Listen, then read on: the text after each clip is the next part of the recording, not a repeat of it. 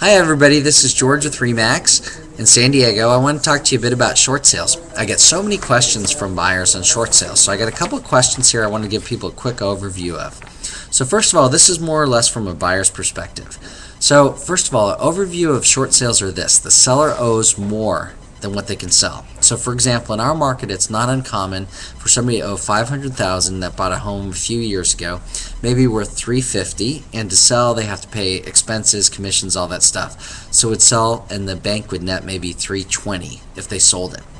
But they owe $500,000 on it. So what they do is they put it on the market maybe at $325,000, and basically it looks like a great deal to buyers. One thing that buyers should know is that the price that's put on the MLS is not approved by the bank, and usually there's a first loan and a second loan. So if you have two loans, neither of them had agreed to take less than the $500,000 in my example.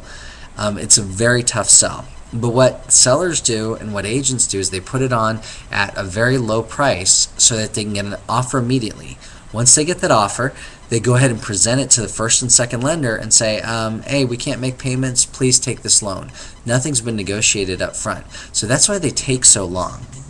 We did a sample of, in a certain zip code that we work in San Diego in 2009, so far through October, 12% of the properties that were offered as a short sale actually closed. That's 12%, very low percentage out of 100% of those offered as a short sale. So of the 100 properties that came on the market, 12 were actually approved and closed escrow.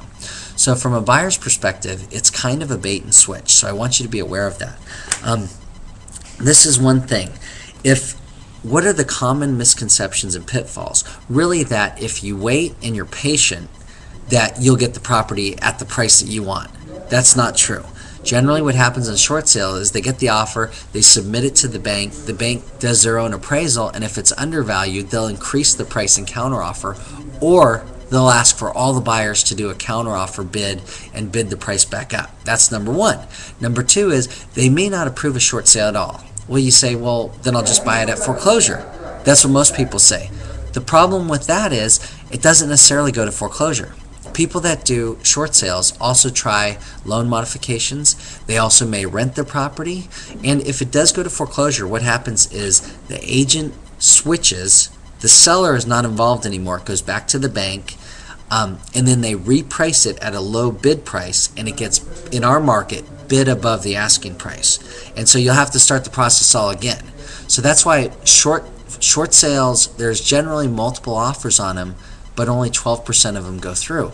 The one short sale that you should focus on, if you're really interested in one, if the seller can provide an approved price. So for example, if they owe $500,000 on it and they have it on the market at $325,000, if the seller and the seller agent can show you proof that they will take $325,000 for this property, then if that's worth it in your market, you should go for it, because that's what they call an approved short sale. You generally have a very short time to get your loan and close, usually 3 weeks to a month, and you'll incur any of the old property taxes and most certainly the old homeowners fees.